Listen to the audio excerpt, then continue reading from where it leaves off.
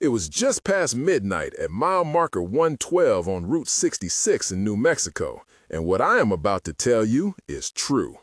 I was in the passenger seat of my own rig that night, listening to Channel 19, when the first story landed in my ears.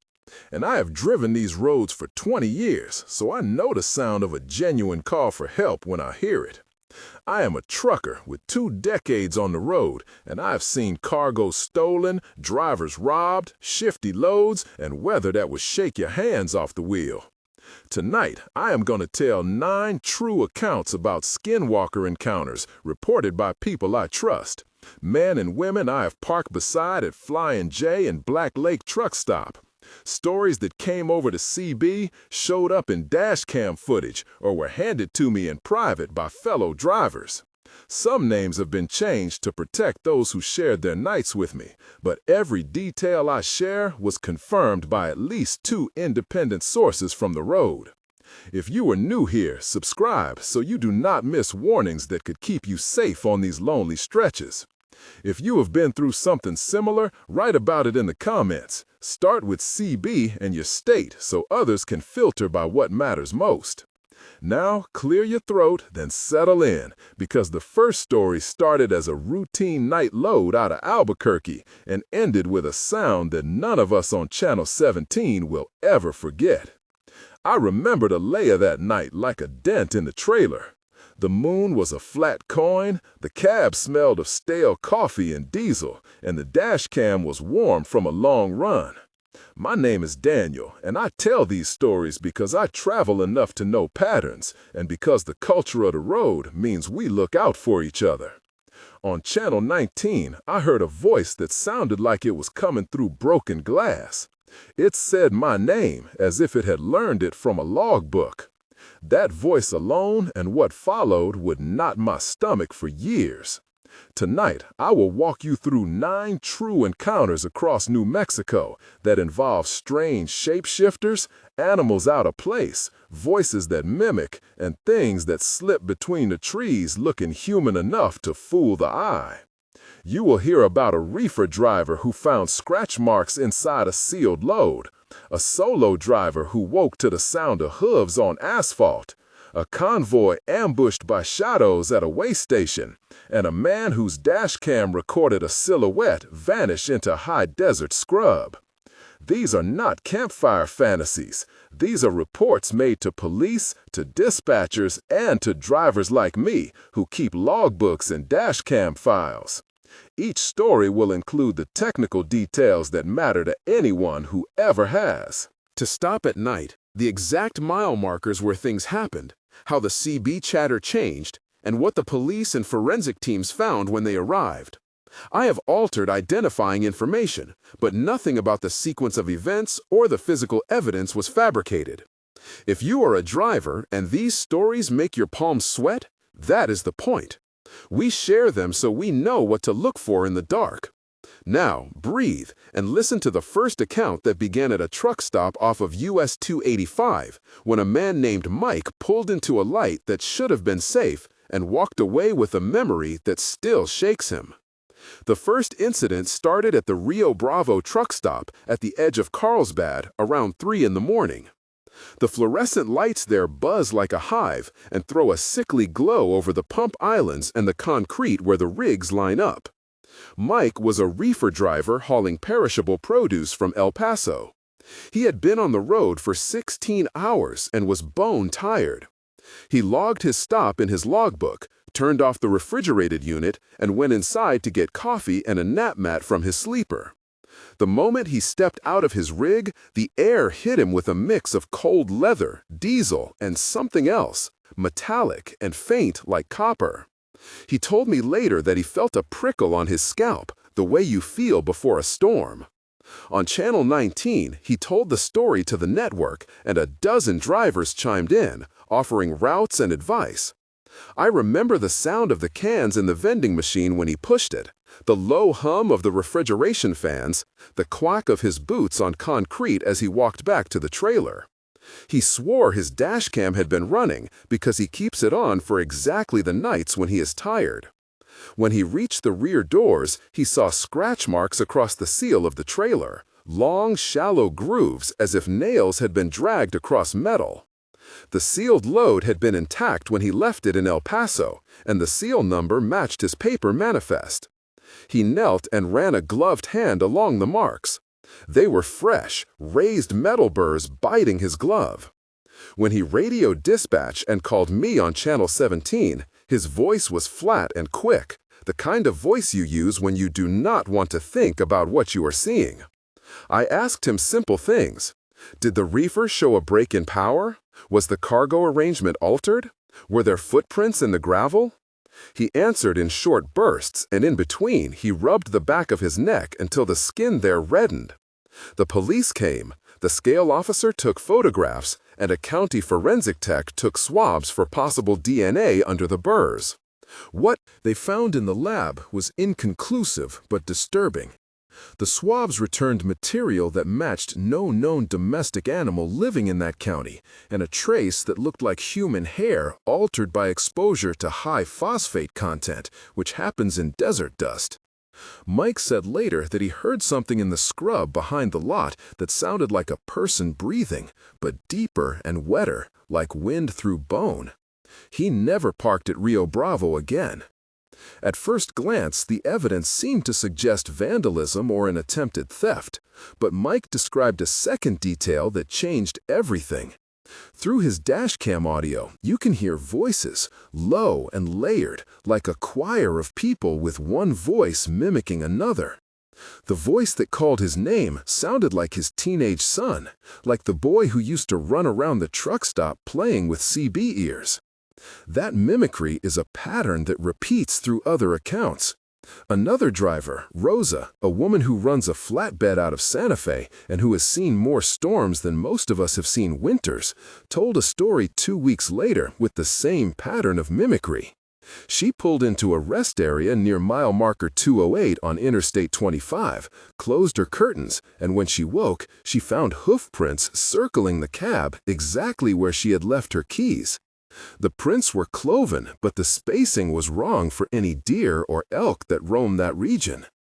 Rosa said the air smelled faintly of sage and of burning hair. She carried a small stereo in her sleeper, and when she replayed the hour of audio, the minor static of the radio turned into a whisper that said her name in her mother tongue with the exact same accent as her brother. She did not open the door. She called the state patrol, and a trooper named Martinez came out with a flashlight that painted long white lines across the tarmac. Martinez bagged samples of dirt lodged in the cleats and measured the prints. The trooper, who had been on the force for 12 years, kept his face impassive until he described the clearness of the prints and the lack of dew inside them as if the earth had been pulled clean. Rosa quit hauling cross-country after that and took a local route. Other drivers in our circle reported sightings that matched the physical anomalies. Carlos, a long-haul tanker driver, posted a grainy piece of dashcam the next month that showed a silhouette crossing a desert wash at 2:17 a.m. It walked upright, paused at the side of the road, looking directly at the camera with eyes that caught the light like coins, then turned and walked into scrub that was too thick for a human to pass through. When he slowed for a closer look, his truck lost power for exactly 36 seconds. The tachometer dipped, the dash lights flickered, and the CB cut to static. The middle of a transmission. Carlos told me he felt a pressure on his chest like someone was sitting there. We ran the technical checks. The alternator and battery tested fine afterward. A mechanic named Jimmy, who runs a garage outside Roswell and who understands alternators like a doctor understands a heart, pulled the electrical harness and reported a localized burn on one wire, as if something had squeezed and generated heat without shorting out the system. The pattern repeats. The vehicle systems act like someone or something has the intent to immobilize the rig temporarily and to get close. That is when the mimicry shows up on audio, or a set of prints appears, or a sound that is neither wind nor animal occurs in the night. I will pause here to say this to anyone listening and to anyone who runs the channel. If your heart is beating faster because of what you are hearing, you are not alone. If these kinds of stories raise old dread you have felt on lonely stretches, this is the place to share them. If you have had a voice on your radio that sounded like someone you love, but that turned nasty or forced you to pull off only to be met by silence, tell us in the comments. Start your comment with CB, your state, and one line about what happened. Those lines help other drivers spot patterns by region. Every single contribution adds to a collective picture that can save someone from parking at a place where voices are traps. Now we go back to mile markers and to nights that stretch long and close. The second major incident I will recount involved a convoy of 3 rigs headed north out of Las Cruces, where the desert opens into a corridor of low scrub and old drainage channels. Those rigs were driven by veterans we all respect. There was Mike, the reefer driver, Rosa, the flatbed operator, and a new man in our network, a guy named Ben, who had been driving 2 years and ran local loads for a fuel company. Ben had never been on a long run at night, and the 3 of them formed a small convoy for comfort. They had passed mile marker 145 just before a ragged line of mesquite when something moved along the shoulder that made their headlights jump. The sound was like branches rubbing against a windshield, except it was outside and larger. Ben slowed and radioed in a routine check. For the next 20 minutes, they went through a conversation with the density of a normal trucker dialogue, but with increasing edges of panic. I will reconstruct the exchange the way it happened because the pattern of talk matters in these events. Ben said, "I see something." Short breath. Mike asked, "What do you see? Describe it." Ben answered, "It looks like a person at first, but it moves wrong." Rosa said, "Keep it on your lights. Do not Get out." Ben replied, "I am not getting out. I'm backing up to the turnout." Mike said, "Call it into dispatch. Tell them you are at marker 145. Ben said, "I am. Channel 17 now." Rosa said, "Watch the mirrors and do not stop under trees." Ben, "It is closer. I can see its face. It looks like my uncle." Mike, "Do not look at it straight on. Drive forward slow." Ben, "It is sliding into the right lane." Rosa, "Hold your lane. Flashers. Do not swerve." Ben, "It reached up and pounded on my trailer. It sounded like knuckles on metal. My dashcam picked it up." Mike, "Keep going. Go to the next truck stop. Do not stop until Pavilion." Ben, "It is on the hood. I can hear it breathing." That exchange is longer on tape and shows a crescendo of fear threaded with instinctive procedure. The audio cut to static at one point and returned with the sound of Ben breathing hard and the thump of the rig. Their dashcams later showed the silhouette land on the hood like a thing that disassembled gravity. The vehicle shook as if by impact, and then the silhouette moved along the cab and vanished into a rip in the dark. When they stopped at the next truck stop, a dozen other drivers crowded around. Linda, a security attendant who used to drive and who now locks financing sheets for a local carrier, took a flashlight and walked out with the convoy to find a smear of hair and a trail of flattened scrub. A county deputy named Harlan took measurements and photographed the tracks, which were unlike any animal known to that county. The deputies collected fibers and a cluster of black dust that clung to the hair. Later lab work returned particles consistent with high manganese content and charred organic matter. The technical report listed the findings without suggesting a cause. The trooper who processed the scene said to me quietly, "I have seen odd vandalism before, but never tracks like these." The escalation of intimidation in these cases often includes an attempt to deceive drivers by mimicking loved ones. A man named Eddie, who hauls livestock and has the soft voice of someone who chases calves at dawn for a living, told a story that made the hair on a few of our necks stand up. Eddie was parked at a way station outside Albuquerque when he received a voice on the CB calling his truck name.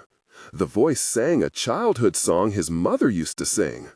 Eddie answered, and his voice on radio was steady until he pulled open the sleeper curtain and found no one. He checked the yard, the adjacent fence, and the culvert beside his rig. Nothing moved. Later that night, he heard a howl that started like a coyote and ended like a human laugh. That contradiction, the idea of voices like people layered over animal sounds, is a hallmark that runs through half of these accounts. Eddie is now careful to verify voices over the CB by asking questions that only the real person would know. That kind of procedure is basic, but it was learned the hard way by drivers who once trusted a long-time voice and paid for that trust. As we moved further into the list, the encounters grew more varied, but with repeating threads. One driver named Marcus had his dashcam pick up an image that looked at first like a broken tree stump at the roadside, but then shifted and blinked with eyes that reflected like glass. He was pulling a sealed load to a distribution center and had his reefer powered. His logbook showed an unscheduled stop recorded by his rig at mile marker 77, which he did not take. The dashcam timestamp indicated the rig had a period of electronic shimmer, a time-lapse where the image warped like heat over asphalt. Afterward, a maintenance tech named Jimmy checked the onboard recorder and found an odd file labeled with a null tag that the manufacturer could not explain. The file contained audio of a voice speaking in low frequency that registered below normal human range and caused temporary nausea in those who listened. The manufacturer issued a notice about firmware anomalies and later pushed an update, but it did not explain the footage. Marcus changed carriers after that load. We also had a case involving an elderly driver called Joseph who picked up a sealed unit marked refrigerated without custom seals and assumed it was a local reconsignment. He parked at a Flying J to take a nap and woke to find the reefer door ajar and a smell like iron and old wool. Inside were crates of unmarked boxes that had been pushed aside as if something had rummaged. He was a careful man and kept his logbook and all paperwork. The bill of lading matched the seal number, but the seals were fresh and the padlock was scratched as if small hands had tried to catch the hasp. Joseph reported seeing a small person at the edge of the lot who ran like a child and dove into the darkness. Later, he identified that the person had the gait of a juvenile, but with a head shape that made him think of a coyote. The lot camera corroborated a figure moving across the lot in a crouched run. The carrier filed a claim, and the shipment was quarantined pending inspection. Nothing biological returned to match, and the company changed the locks on their trailers and instituted new seal protocols. A separate incident became a legal case when a driver named Raul reported that a group of men had tried to pose as DOT inspectors at a roadside scale. He described uniforms that looked official at first glance, but whose badges were cheap and whose demeanor tried to intimidate drivers into leaving cargo open for inspection. Raul refused and radioed a state patrol number, and in the exchange of words, one of the men yelled in a voice that changed mid-sentence to sound like Raul himself calling out a private memory. That move was apparently a tactic to disorient. The crew fled when real officers arrived and found only a sight of shallow footprints and a scorch mark on the asphalt. The state police filed a report and recommended increased vigilance for impersonation scams. The impersonation with mimicry overlaps with the Skinwalker accounts, both because the mimicked voice is used to lure drivers and because the imposters appear to have knowledge of a driver's personal history. That is a dangerous combination on lonely highways. One of the most unnerving moments came from a dashcam we all watched together in a diner a week after it was uploaded. The footage showed a driver named Luis traveling alone through a high desert pass at dawn. The camera angle was set low, capturing the hood and a long stretch of road that disappears into mesas. A figure steps out from behind a low rise and takes 3 paces forward. It looks like a man at first, wearing a coat that flaps like a bird. As Luis passes the figure, there is a sound like glass cracking in a room that has no glass, and the figure tilts its head exactly like a coyote. Then, for less than 2 seconds, the figure becomes a woman in a plain dress with long hair. Luis brakes hard, and the figure vanishes as if the road opened to swallow it. The frame freezes on a dark smear. Techs who examined the video found no deepfake signatures, but did find a low-frequency hum under the audio that matches no recorded road machinery. Luis took the long way around after that and avoided the pass for months. He now runs daytime only. The sixth account was the closest call I have heard of. A driver named Sam was hauling a sealed load to a processing plant when he pulled off at a run-down truck stop to sleep. He left the logbook open on the dash and locked the cab. Around 3 a.m., he woke to someone bumping on the trailer where he had his sleeping pad, like a fist testing the metal. He radioed for help and asked other drivers on Channel 19 to respond. The radio lit up with voices, some laughing and some stern. He reported a shadow moving between rigs. 2 drivers came to help. When they arrived, they saw nothing but a ring of crushed gravel that looked like someone had sat down and then disappeared. One of the helpers, a man named Henry, who was tall and steady, later told me that his shoulders had gone numb for an hour after he bent to inspect the ring, and that his mouth tasted of iron. They filed a community complaint, and the sheriff came. The sheriff did not have an explanation. For the ring, Henry swore he felt something brush his cheek like a dry tongue. Sam stopped hauling sealed loads for a while, and he kept a motion sensor on the trailer after that. The 7th story involved a woman named Anna, who runs local milk runs and who has a first-hand knowledge of cows and of livestock behavior. She pulled into a rural facility at night to drop a load, and when she got out to check the trailer doors, she saw a herd of animals in the distance behaving wrong. They were circling a single spot and pushing against an invisible barrier. She described the hair on the animals as standing up in a pattern that seemed to indicate fear. When she shone a flashlight, the animals turned their heads in unison, and the sound that came from them was not cattle. It was a layered noise like someone rubbing 2 sticks and singing.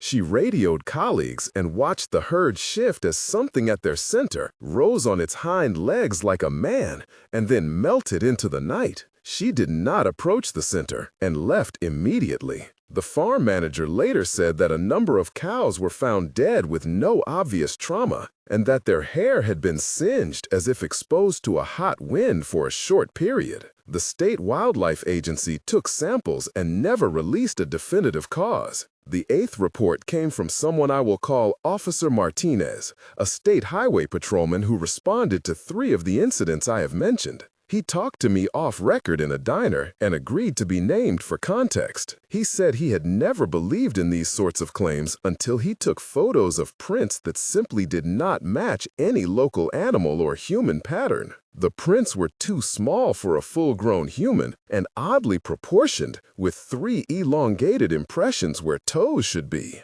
He filed the reports, he took hair samples and bagged them, and he watched lab techs scratch their heads over the results. There were unusual mineral concentrations in the samples which suggested exposure to minerals found in old mine tailings in the area, and a trace sequence in the DNA that did not line up with anything in the database. He told me he could not explain the mimicry either, and that the phenomenon seemed to know the drivers by name. He suggested a protocol that we have since adopted informally. If you hear a voice and it sounds like a family member, but you are not expecting them, ask a question only that person would know, and do not approach until a public official verifies the call. That is practical advice, and it comes from someone who had to hold his flashlight steady while his instincts told him to run. The 9th and final account is the one that changed the course of how some of us operate. It happened at a remote way station at the intersection of 2 county roads, a place with a single blinking light and a grain elevator in the distance. A driver named Paul, a man with a reputation for calm and a laugh that makes others trust him, stopped on his way home. He said his dashcam captured something that later the police described as impossible. At 1:12 a.m., the camera recorded a figure approaching the passenger side with a gait like a child, but the head elongated like something between a person and a coyote. It put its palm on the glass and pressed. The skin left a wet print that smelled of desert iron. The figure pressed until the glass fogged with heat, then pulled away and imprinted a symbol that looked like a spiral. Paul told me his radio hummed and then clicked, and a voice came through saying, "Go home," and it sounded like his own voice. He left immediately. Days later, his rig's dashcam showed the spiral fading from the window like a bruise. It disappeared from the film when he edited the file using software that normally does not remove physical marks. Forensic analysts expressed confusion, and the case file went to a state lab for further study.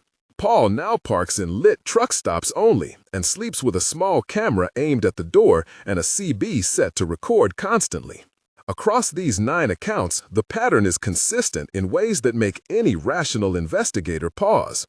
Mimicry is used to lure and disorient. Electronics flicker and devices record anomalies. Physical marks are left that do not correspond to known fauna or human habits. The phenomenon seems to prefer the edges of human activity where truck stops become small clusters of light and heat in a sea of dark desert. In each of these cases, we included names of drivers who reported them. We recorded mile markers when available, and we collected a list of secondary characters who interacted with the events. The people involved include Mike, Rosa, Carlos, Jimmy the mechanic, Officer Martinez, Linda the truck stop attendant, Sheriff Harlan, Henry the helper, and Paul. Each of them reacted in specific ways that we cataloged. Linda took photographs and held the flashlight for deputies. Jimmy inspected electrical systems and cataloged anomalies. Sheriff Harlan took measurements and logged them in official reports. These actions provide a web of corroboration that gives the stories weight beyond gossip. Now I need to pause and make a direct ask to everyone listening. If your heart is racing right now, that is normal. If you have ever been called by a voice on the CB that knew something it should know, we need your input. In the comments, start with CB, followed by your state, and then one sentence about the encounter. If you can provide a mile marker, a truck stop name, and whether dashcam footage exists, note that too. Every submission helps build truth. A map for drivers who plan routes and for dispatchers who might flag areas for extra patrol. If you are a driver who keeps dashcam files, consider sharing stills with local law enforcement before uploading to a social feed. Many of these cases were helped by drivers who preserved footage and handed it to deputies. This is not voyeurism. It is practical safety. The community has saved drivers before by connecting patterns. Your story could add a new marker that protects another person. Now we get back to where the real danger began in these stories and why the police and labs took them seriously. After the initial wave of reports, local authorities began to treat the incidents with a blend of skepticism and caution. Formal investigations were opened in 3 counties. Forensic teams processed tire marks, hair samples, and weird residues found on metal trailers. One of the technical procedures involved a standard protocol for evidence handling that most drivers do not see up close. The deputies sealed the scene with crime scene tape, photographed with scale rulers next to any prints, and collected swabs using sterile cotton to avoid contamination. Those swabs were placed into labeled, sterile tubes and sent chilled to a state lab. The lab performs a DNA extraction protocol using a centrifuge and a series of chemical buffers optimized to lyse cellular material. They then apply PCR amplification to attempt to amplify any mitochondrial sequences and compare the results to a national database. In our cases, the lab returned partial sequences that matched unknown reference material, and in 2 instances showed contamination consistent with aged hair that had been chemically altered by mineral exposure. On the electrical side, technicians examined dashcam SD cards and the rated voltages in the vehicle's alternators. They looked for signs of electromagnetic interference, which can cause video corruption and temporary power fluctuations. In one instance, a mechanic found a localized heat signature on a harness but no blown fuses, which suggests a temporary high current event rather than a sustained short. These process details matter to drivers because they explain why evidence might be inconclusive and how to preserve it. If you ever find marks on your trailer or your cab, preserve the scene. Photograph with a scale, bag samples in clean containers, and hand them to deputies. Do not touch the evidence more than necessary and log everything into your book. The investigations produced mixed outcomes. In 3 of the 9 incidents, the evidence was inconclusive but suggestive enough for patrols to increase night rounds and for truck stops to add additional lighting and cameras. In one case, a group of men posing as inspectors was identified and later charged with impersonation and attempted theft, but no biological explanation was found for the prints at that site. In another case, a carrier company instituted formal paperwork and seal verification protocols that required drivers to photograph seals and report any anomaly before leaving the origin yard. A union representative named Gomez worked with carriers to implement new safety measures and to create an internal reporting channel that goes straight to legal and to local police. That measure helped when a driver later reported mimicry on the radio because the dispatcher could quickly cross-check whether a family member was expected to call. The legal aftermath also included civil suits in 2 counties where drivers argued that insufficient lighting created a negligence claim against the property owners of underlit lots. The lawsuits did not reach uniform verdicts, but at least one truck stop increased lighting after the case. At the climax of these events, some drivers confronted the unknown directly and paid a price. One moment of high tension involved a man named Hector who tried to follow a figure into the scrub and vanished from the sight of his coworkers for 10 minutes. They later found him at the edge of a dry arroyo, shaken, with clothing torn and smelling strongly of burned sage. He had lost a watch strap and had a fresh set of scratches along his forearms. He described the thing as singing an old lullaby and then repeating his name in a voice that was old and young at once. That moment forced several drivers to review their risk heuristics. Most agreed that engaging and following was never a good idea. Another vigilante example occurred when a group of local men attempted to chase an entity with pickup trucks and ended up damaging roadside property and their vehicles. The law did not look kindly on them, and the men were ticketed for reckless driving. These confrontations produced mixed outcomes. Sometimes the entity seemed to retreat, sometimes it grew bolder. The one stable rule is that direct pursuit is unpredictable and dangerous. The consequences of these encounters extended beyond physical marks and legal filings. Drivers reported long-term effects that included insomnia, hypervigilance, and loss of trust in familiar sounds. Mike said he now locks his logbook inside a metal box and checks seals 3 times. Rosa drives with a handheld radio tuned to a different channel and refuses to close her curtains until dawn. Carlos sold his long-haul rig and took a local route. Henry developed a nervous tic after one of the ring inspections and sought counseling through a driver's assistance program. Families were affected as drivers canceled runs, delayed payments, and rearranged schedules to avoid night shifts. The trucking community rallied in practical ways. A group of drivers created a rota for extra coverage at certain markers, sharing kilometer coordinates and posting watch notes on a private forum.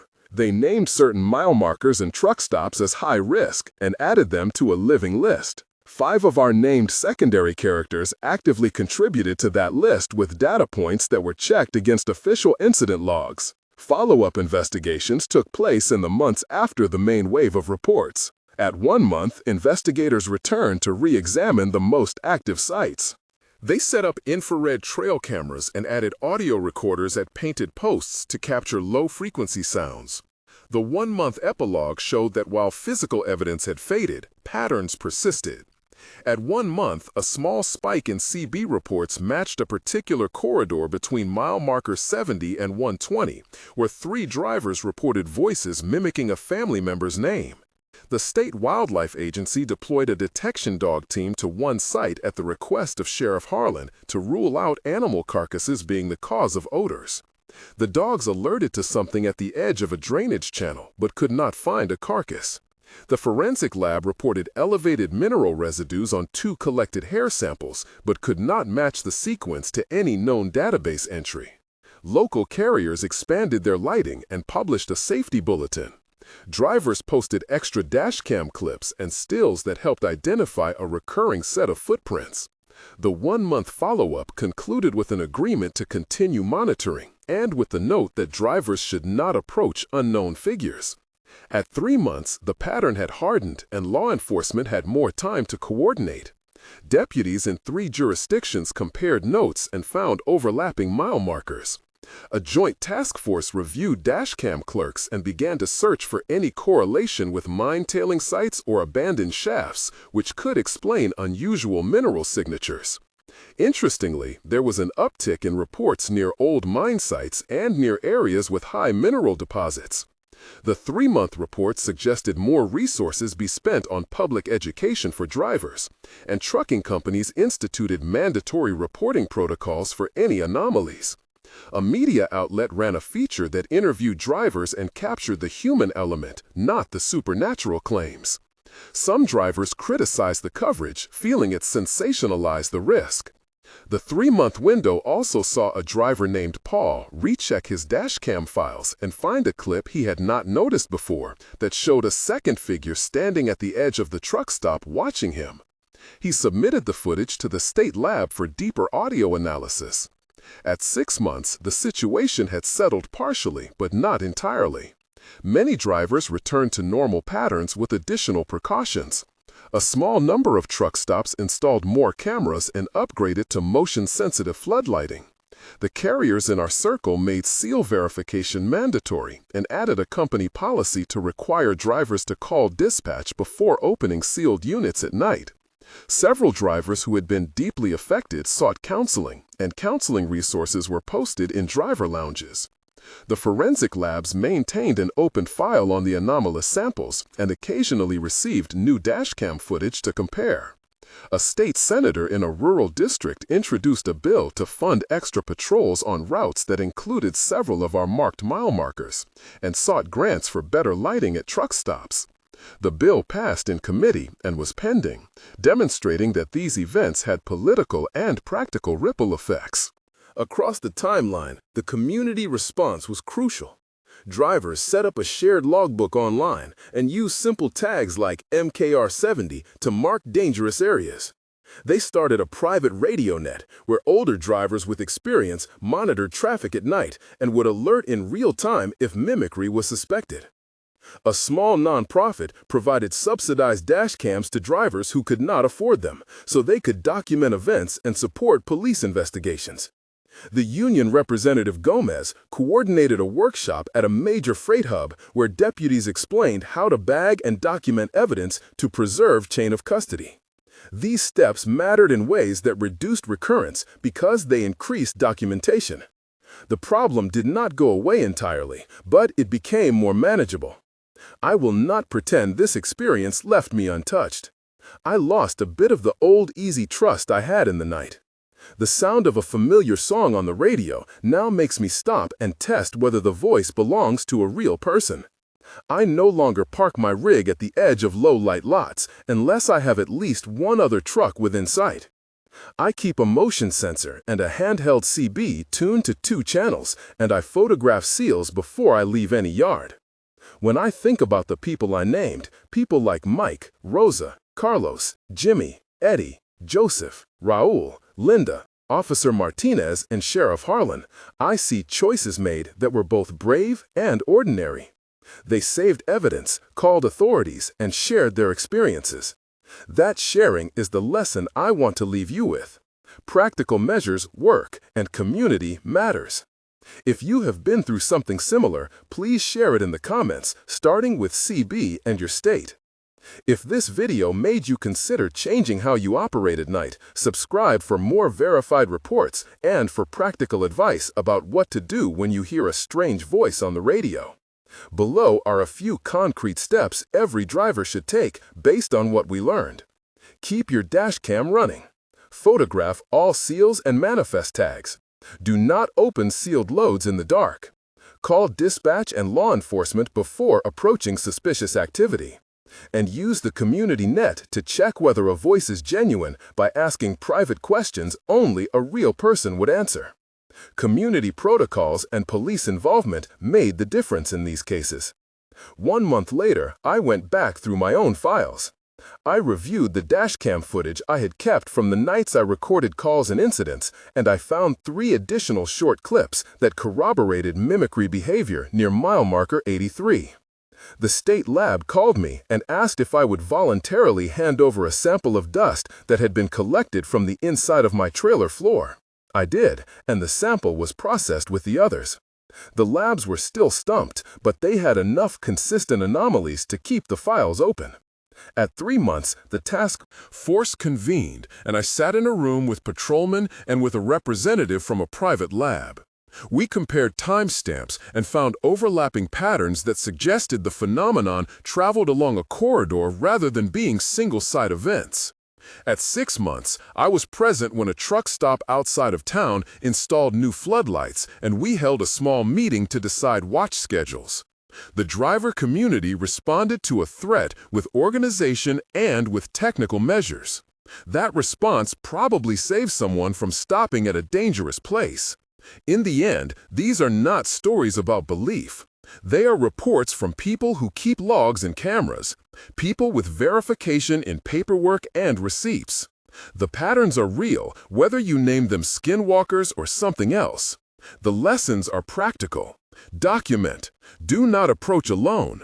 Verify voices and use the network. I will close with a final note for drivers and for anyone who listens. The road is a long, thin place where loneliness can be used by bad people or by things we do not yet understand. Protect your load, protect your life, and protect your fellow drivers.